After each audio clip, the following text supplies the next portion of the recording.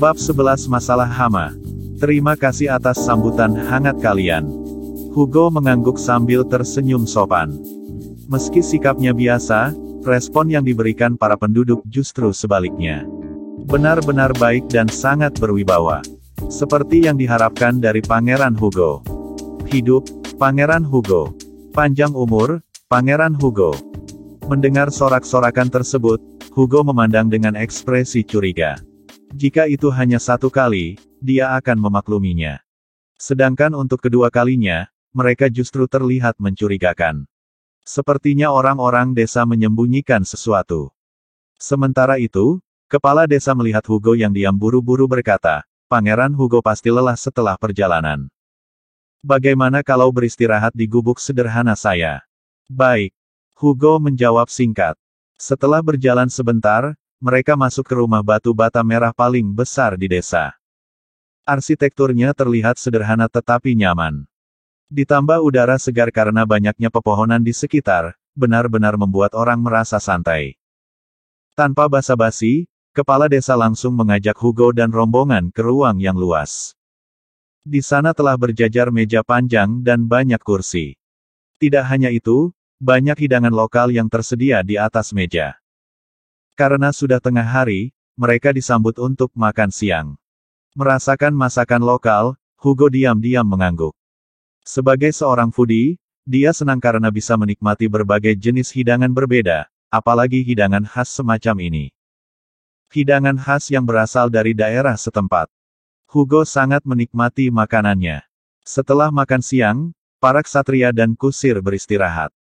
Sedangkan Hugo serta Camelia berada di ruang tamu sambil menikmati secangkir teh. Tentu saja untuk menjaga wajah pangeran, Camelia tidak berani duduk bersama, tapi hanya berdiri di belakang kursi Hugo. Setelah menyeruput teh hangat sambil menikmati aroma, Hugo menatap kepala desa yang duduk di seberang meja. Orang itu terlihat gugup ketika menatapnya. Istri kepala desa tidak muncul karena sekarang mereka sedang membahas hal penting. Itu adalah masalah pertanian serta pajak musiman.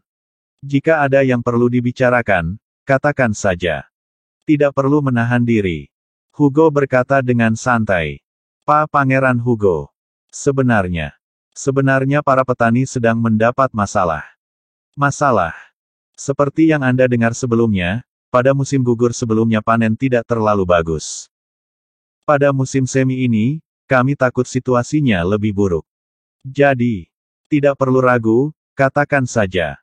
Kami ingin Pangeran Hugo menurunkan pajak. Jika terus seperti ini, para petani tidak bisa bertahan, ucap kepala desa dengan nada gugup. Hugo mengangkat alisnya. Memangnya berapa pajak yang ditentukan oleh Marguis sebelumnya? Itu. Kepala desa tampak ragu. Itu 60% pangeran. Mendengar perkataan lelaki parubaya itu membuat Hugo yang sedang menikmati teh hampir tersedak. Sial. Bukankah itu terlalu banyak? Hugo mengutuk dalam hati. Namun, saat memikirkan sejarah abad pertengahan di kehidupan sebelumnya, pemuda itu merasa situasi agak wajar. Meski itu 60% hasil panen, di kekaisaran ini bisa dianggap tidak terlalu parah. Meski kebanyakan bangsawan menarik 50-60%, yang kejam bisa memutuskan menarik 70-75%. Setelah memikirkan cukup lama, Hugo merasa kalau 25% sudah banyak. Namun karena dia sedikit tamak, pemuda itu bertanya, bagaimana kalau 30%? Mendengar perkataan Hugo, kepala desa menggigil. Menurutnya, suara dingin pemuda di depannya itu membuatnya dalam pilihan hidup dan mati. Pajak 30%. Itu pasti lelucon. Setelah setuju, dia pasti dihapus dan diganti dengan yang baru. Anda terlalu murah hati pangeran. Jika boleh. 50% hasil panen. Pajak senilai 50% hasil panen sudah cukup. Kepala desa mengatakan itu. Meski masih sulit, paling tidak mereka masih bisa hidup dengan hasil seperti itu. Hugo menatap kepala desa dengan ekspresi kosong. Bukankah dia bodoh? Aku mengusulkan 30%, tapi dia memilih 50%. Bukannya mereka ingin lebih banyak keuntungan. Setelah merenung, Hugo akhirnya memutuskan. Pada saat ini, pajak 30% hasil panen memang terlihat tidak wajar, jadi dia hanya bisa meningkatkannya. Bukannya dia ingin, tetapi pemuda itu juga tidak munafik untuk menolak keuntungan. Pajak 40%, itu sudah keputusan final. Ucap Hugo tegas. Dengan senyum di wajahnya, pemuda itu melanjutkan, tentu saja, aku juga akan mencoba memecahkan masalah yang mengganggu panen. Pak Kepala Desa langsung berdiri kemudian bersujud tak jauh dari Hugo. Sambil terisak, lelaki parubaya itu berseru, terima kasih banyak atas kebaikan Anda Tuan. Meski rasa terima kasih saja tidak cukup, para petani pasti akan bekerja lebih keras agar panen menjadi semakin baik. Berdiri, ucap Hugo dengan nada santai. Setelah bangkit, kepala desa yang memiliki wajah merah dan bersemangat dengan hormat bertanya, bolehkah hamba ini pergi sebentar, Tuan? Pergi, ucap Hugo singkat. Pak Kepala Desa segera pergi menemui istrinya dan mulai membicarakan sesuatu. Ketika Kepala Desa kembali ke ruang tamu, sang istri keluar dari rumah. Kelihatannya menyebarkan berita tentang pajak baru. Melihat itu, Hugo hanya bisa tersenyum. Para penduduk desa yang menyanjungnya pasti memiliki alasan. Meski merasa sedikit dimanfaatkan, Hugo sama sekali tidak keberatan. Lagi pula, dia masih menerima banyak hasil. Dia juga merasa sedikit kasihan dengan para penduduk desa. Para petani itu terlihat begitu kurus, kelihatannya benar-benar kekurangan makanan. Sebagai pemimpin yang baik dan ingin hidup dengan santai, bagaimana aku bisa membuat rakyat kelaparan? Bagaimana kalau mereka gila dan melakukan kudeta? Bukankah itu akan menjadi semakin merepotkan? Hugo merasa puas. Selain mendapat banyak kasih sayang dari penduduk desa, dia mendapat keuntungan lumayan. Namun masih ada masalah, yaitu memecahkan masalah pertanian. Jika dia bisa mengembangkan pertanian, jumlah 40% mungkin lebih banyak dari jumlah panen 60% sebelumnya. Dengan kata lain, keuntungan besar. Jadi, apa masalah yang mengganggu panen? Tanya Hugo yang melihat kepala desa kembali duduk di kursi seberang meja. Menurut Hugo, meski cara mereka bertani masih agak kuno, tidak ada masalah serius. Cara penanaman dan pengairan masih cukup baik. Jadi hanya satu hal yang tersisa. Pasti masalah hama. Itu masalah hama tuanku. Kepala desa berkata dengan hormat, bahkan sedikit malu. Merasa tidak berguna di depan tuannya yang baik hati. Hama apa yang sering menyerang? Ada beberapa tuanku. Namun yang paling parah serta merugikan. Itu adalah tikus dan belalang. Ucap kepala desa sambil menggertakkan gigi. Hugo tampak merenung. Tikus dan belalang, kah? Memikirkan dua makhluk itu, Hugo juga setuju. Dalam sejarah, belalang bisa dianggap sebagai wabah karena tidak bisa dikontrol. Banyaknya belalang membuat gagal panen, menyebabkan kelaparan dan kematian di mana-mana. Hal yang terlihat sederhana, tetapi bisa berbahaya. Sedangkan untuk tikus, mata Hugo memicing ketika memikirkannya. Jika tebakannya benar, dia sudah mendapat solusinya. Hugo berpikir untuk berkeliling desa dan pertanian terlebih dahulu sebelum memutuskan semuanya. Selain memecahkan masalah hama, dia harus mempersiapkan pengembangan pertanian. Melihat kepala desa, pemuda itu tersenyum. Kepala desa, bagaimana kalau mengantarku jalan-jalan di sekitar pertanian? Bab 12 Solusi dan Tempat Mencurigakan. Hugo, Camelia, kepala desa, dan 10 ksatria tampak sedang berjalan-jalan di area pertanian. Melihat lokasi pertanian yang tidak jauh dari hutan, Hugo memikirkan sesuatu. Kepala desa, hutan ini tidak begitu luas, kan? Tanya Hugo. Cukup luas tuan. Hanya saja pepohonan tidak terlalu padat dan sudah dijelajahi. Tidak ada demonic beast tingkat tinggi di sana. Mungkin yang paling kuat hanya level 2. Cie. Mengamati hutan. Meski jarak pohon agak berjauhan, tetapi banyak semak belukar di sana. Kemungkinan besar sarang tikus ada di tempat-tempat seperti itu. Lebih tepatnya, menggali lubang di area seperti itu. Aku sudah menemukan solusi untuk tikus, ucap Hugo santai. Apakah itu benar tuan? Tanya kepala desa dengan ekspresi takjub. Lelaki parubaya itu takjub karena Hugo baru berkeliling sebentar tetapi sudah menemukan solusi. Tidak hanya kepala desa, para ksatria dan camelia juga cukup terkejut. Benar.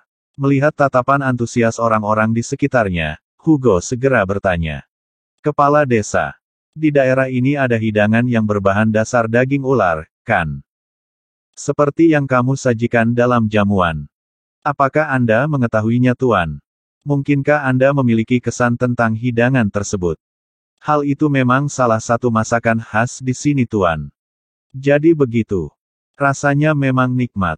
Apakah ada hubungannya dengan hama ini, Tuan? Tanya lelaki parubaya itu dengan ekspresi bingung di wajahnya. Memang ada, ucap Hugo santai. Melihat ekspresi bingung orang-orang, dia menjelaskan. Karena rasanya enak, aku yakin kalau penduduk setempat sering berburu ular, kan?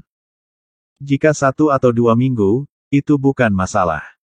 Namun, setelah berbulan-bulan atau bahkan tahun, hal semacam itu menjadi masalah. Karena sering diburu, ular menjadi lebih langka populasinya. Bisa dikatakan, sekarang pasti lebih sulit menemukan ular, bukan? Hugo terus melanjutkan. Hubungan antara ular dan hama tikus tentu saja ada, karena mereka berada di dalam rantai makanan. Sayuran dan berbagai macam jenis tumbuhan adalah makanan tikus. Tikus adalah makanan ular. Mereka terikat dalam rantai makanan. Jadi, apa yang terjadi jika ular pemangsa tikus itu hilang? Semua orang tampak termenung sejenak, kemudian ekspresi kaget terlintas di wajah mereka. Benar.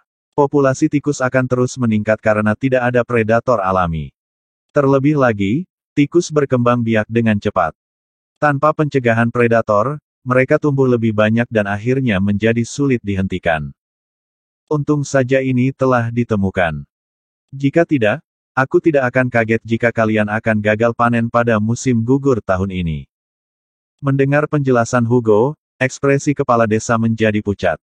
Dia buru-buru berkata, maafkan kecerobohan kami, Tuan. Karena kebodohan dan keteledoran kami, semuanya menjadi kacau. Tidak masalah. Apakah kamu mengerti solusinya sekarang? Berhenti memburu ular. Ucap kepala desa dengan ragu. Benar. Itu salah satunya. Dilarang berburu ular.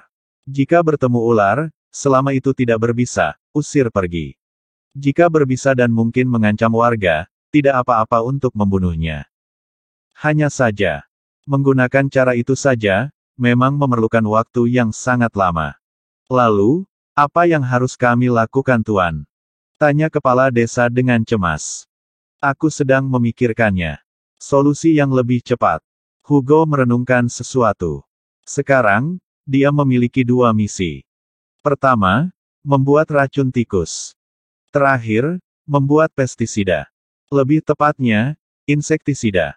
Kedua racun itu akan membasmi hama dengan sangat efisien. Hanya saja dia agak bingung. Memang dia memiliki pengetahuan cukup dalam tentang alchemy atau meramu potion. Hanya saja, Hugo tidak memiliki resep untuk kedua racun itu. Lagi pula, di sini tidak ada yang namanya racun tikus atau pestisida. Untuk racun tikus, Hugo masih cukup yakin untuk membuatnya. Hanya saja tentang insektisida, dia benar-benar bingung. Insektisida, beracun bagi berbagai macam serangga tetapi racun itu sendiri tidak berpengaruh pada tanaman. Konsep seperti itu mungkin mudah di zaman modern, tetapi di dunia iblis yang bergantung pada sihir dan semacamnya, Hugo benar-benar kebingungan. Lagi pula, aku dulu bukanlah seorang profesor atau semacamnya. Hugo mengutuk dalam hati. Dia sebenarnya juga berniat membuat berbagai macam pestisida. Contohnya seperti fungisida yang mencegah jamur, bakterisida yang mencegah berbagai macam bakteri, algasida yang mencegah alga, dan sebagainya. Namun semuanya tidak semudah yang direncanakan. Jangankan membuat jenis lain, membuat insektisida saja, Hugo masih bingung di mana garis startnya. Mari pikirkan itu setelah kembali ke kota Black Lily. Tidak mungkin membuat hal semacam itu di tempat ini. Paling tidak, dia masih memiliki laboratorium di kastil miliknya. Untuk sekarang, sudah membuat para petani tenang tentang pajak dan memberi solusi jangka panjang masalah tikus sudah cukup. Untuk pengembangan pertanian, mari lakukan itu setelah aku berhasil membuat racun tikus dan insektisida. Pikir Hugo sambil berjalan kembali ke rumah kepala desa. Namun dalam perjalanan, dia merasa aneh karena melihat sebuah rumah kayu di sudut desa. Terlebih lagi, rumah itu cukup dekat dengan hutan. Meski cukup penasaran, dia memutuskan untuk kembali terlebih dahulu. Tidak terlambat untuk memeriksanya besok. Sampai di rumah kepala desa, karena sudah sore, Hugo segera mandi dan beristirahat di kamar yang disediakan oleh kepala desa. Biasanya, Marguis pemilik wilayah sebelumnya, sama sekali tidak pernah turun ke lokasi. Kata kepala desa, orang itu hanya peduli dengan hasil yang diterima. Jika kurang, para rakyat akan sengsara. Cik, cik, cik. Padahal rakyat sudah bekerja untuknya. Dasar pemimpin tidak tahu diuntung. Pikir Hugo. Meski dia cukup malas berurusan dengan hal semacam itu, pemuda itu tidak berani lari dari tanggung jawab. Untuk kenyamanan dan keamanan, perlu juga sebuah perjuangan. Setelah matahari terbenam, Hugo dan rombongannya makan malam seperti biasa. Mereka harus menikmati makan malam karena hanya tinggal di desa selama 2 hari. Hugo memutuskan untuk kembali lusa. Dia ingin segera mengurus masalah racun tikus dan insektisida. Dia juga harus mengurus dokumen baru tentang pajak khusus di wilayah yang dia kelola secara pribadi. Selesai makan malam dan duduk santai bersama, Hugo yang penasaran menatap kepala desa. Rumah kayu di sudut desa. Siapa yang tinggal di sana? Kepala desa tampak terkejut. Setelah merenung sejenak, dia berkata, sebenarnya, ada setengah troll yang tinggal di sana, Tuan.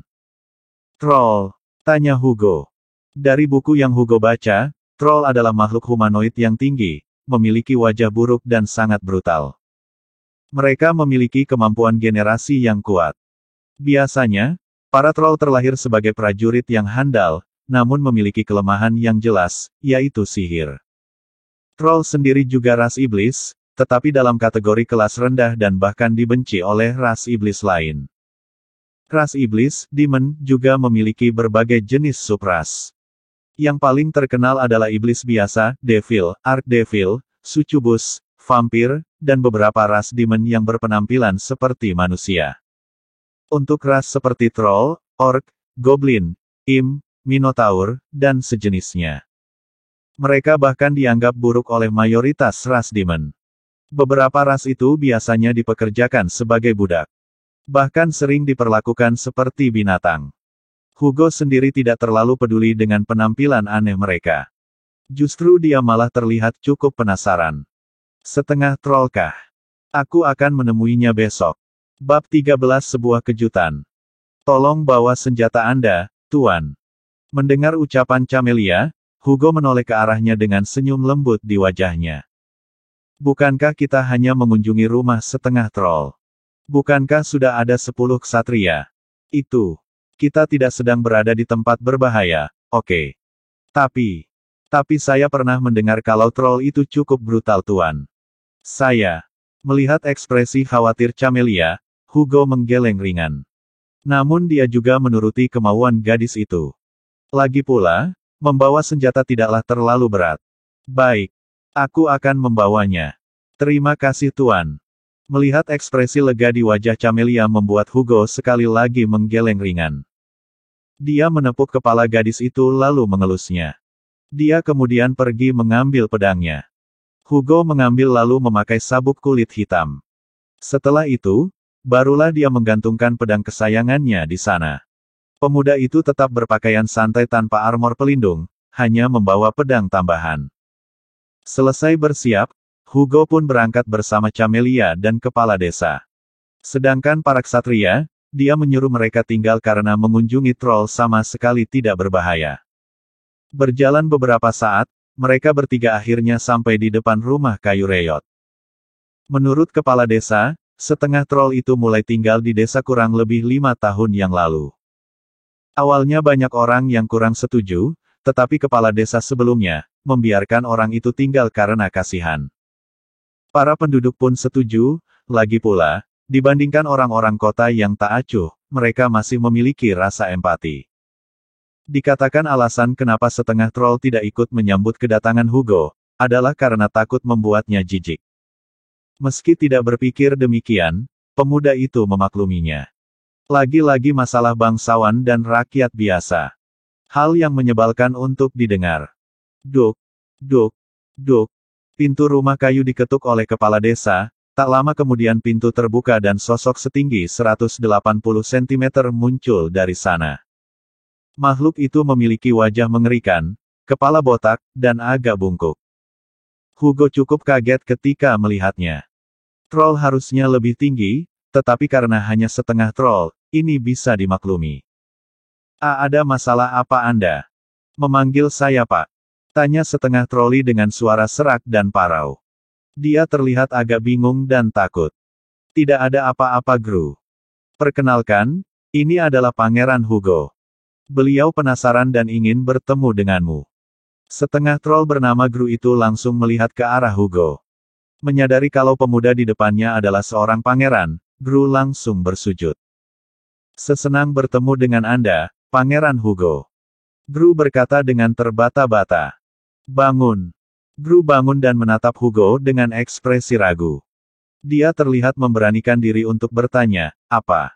Apakah ada yang pangeran inginkan dari budak ini? Mata emas Hugo sedikit bersinar saat menatap Gru. Senyum lembut muncul di wajahnya. Kemudian, pemuda itu menggeleng ringan sambil menjawab, aku hanya ingin melihatmu. Maafkan budak ini karena tidak bisa menjamu Anda pangeran. Gru terlihat menyesal dan pucat. Aku tidak mempermasalahkannya, ucap Hugo santai sambil berjalan mendekati Gru. Tolong jangan terlalu mendekat Tuan. Itu berbahaya, ucap Camelia yang khawatir. Tidak apa-apa. Aku percaya Gru tidak akan menyerang orang tanpa alasan. Gru yang melihat pangeran mendekat tampak ragu. Pemuda itu mengamatinya dari dekat, sebelum akhirnya berjinjit untuk membisikkan sesuatu. Mendengar bisikan Hugo, mata Gru langsung menyipit, aura ganas dan niat membunuh terpancar dari tubuhnya. Setengah troll itu tiba-tiba mengayunkan kepalan tangannya sambil meraung, mati. Sebagai tanggapan, Hugo dengan santai melompat mundur sambil menghindar. Senyum lembut masih terlihat di wajahnya ketika menghindari pukulan Gru.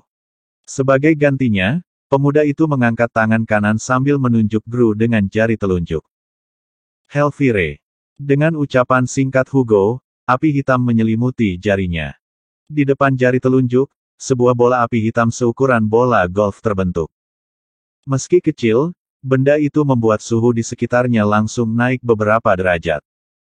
Bola api hitam ditembakkan ke arah kepala Gru, tetapi yang mengejutkan, makhluk itu nyaris menghindarinya. Bola api hanya sedikit menyerempet telinga kiri Gru sebelum akhirnya menabrak rumah kayu di belakangnya. Ledakan dahsyat langsung terdengar. Tuan. Pangeran Hugo. Mendengar seruan dari belakang, Hugo buru-buru berkata, kalian mundur. Sementara itu, Gru yang melihat rumah kayu miliknya hampir roboh, menatap tajam ke arah Hugo sebelum lari ke dalam. Melihat Gru yang panik, sudut bibir Hugo terangkat. Dia kembali menggunakan bola api hitam untuk menghancurkan rumah kayu itu. Rumah kayu itu pun akhirnya roboh dan terbakar, membuat Gru terkubur di dalamnya. Pangeran. Kepala desa tampak bingung ketika melihat Hugo tiba-tiba menghancurkan rumah dan membunuh Gru. Dari sudut pandangnya, setengah troll itu sama sekali tidak bersalah. Tiba-tiba memancing emosi dan membunuhnya, itu cukup keterlaluan. Kalian mundur. Sekali lagi Hugo mengatakan hal yang sama. Melihat ke rumah kayu yang runtuh dan terbakar, mata pemuda itu menyipit. Suara ledakan terdengar, puing-puing kayu berterbangan, sosok hitam langsung melompat menjauh dari kobaran api. Melihat sosok Gru yang baru saja keluar dari kobaran api, ekspresi terkejut terlintas di wajah Camelia dan kepala desa. Wajah dan tubuh setengah troll itu terbakar, penuh luka hampir di sekujur tubuh. Anehnya, Gru itu tampak tak acuh. Ada sebuah busur di tangan kanannya, sementara di tangan kirinya ada sebuah belati. Di depan mata ketiga orang itu, Gru menjatuhkan kedua senjatanya, lalu mulai merobek kulitnya sendiri. Melalui proses yang menjijikkan itu, tubuh yang berada dalam kostum tersebut terungkap. Bukan makhluk mengerikan atau menjijikkan, justru sebaliknya, itu adalah makhluk yang begitu cantik dan elegan. Rambut hitamnya lurus dan panjang, iris birunya tampak indah bak safir, dan kulitnya putih pucat. Makhluk itu memiliki paras cantik dan tubuh menawan. Yang agak mencolok adalah telinganya yang cukup panjang dan runcing. Melihat wanita cantik di depannya, senyum muncul di wajah Hugo. Sebuah kejutan. Ternyata seorang Dark Elf. Melihat kalau Dark Elf cantik dengan pakaian ketat serba hitam hanya diam, Hugo kembali berkata, apakah Dark Elf cantik ini lupa bagaimana berbicara layaknya perempuan setelah terlalu lama memakai kostum setengah troll? Bukannya menjawab pertanyaan Hugo, Dark Elf itu mengambil belati dan busur miliknya. Setelah menyematkan belati di pinggang, dia langsung menarik busurnya. Air mengembun di ujung jarinya. Ketika tali busur ditarik ke belakang, sebuah anak panah es terbentuk dari ketiadaan. Swoosh! Anak panah merobek udara ketika lepas dari busurnya. Targetnya adalah kepala Hugo. Sebagai tanggapan, Hugo berhenti tersenyum dan menarik pedang dengan kecepatan yang hampir tidak bisa dilihat mata. Pedang itu langsung menghancurkan anak panah es, tetapi sihir es yang terkandung di dalamnya masih menyebar, membuat pemuda itu merasa sedikit kedinginan. Melihat wanita yang lebih cantik dari Camelia atau Isabella, Hugo mendecakkan lidahnya. Wanita itu memanglah sangat cantik, tetapi semakin cantik wanita memiliki arti semakin berbahaya. Apakah kamu akan merasakan cinta pada pandangan pertama ketika melihat lelaki tampan atau perempuan cantik? Itu mungkin. Namun, jika sosok tampan atau cantik yang tiba-tiba muncul di depanmu itu mencoba membunuhmu, apakah kamu masih akan merasakan cinta dalam pandangan pertama? Jelas, itu mustahil.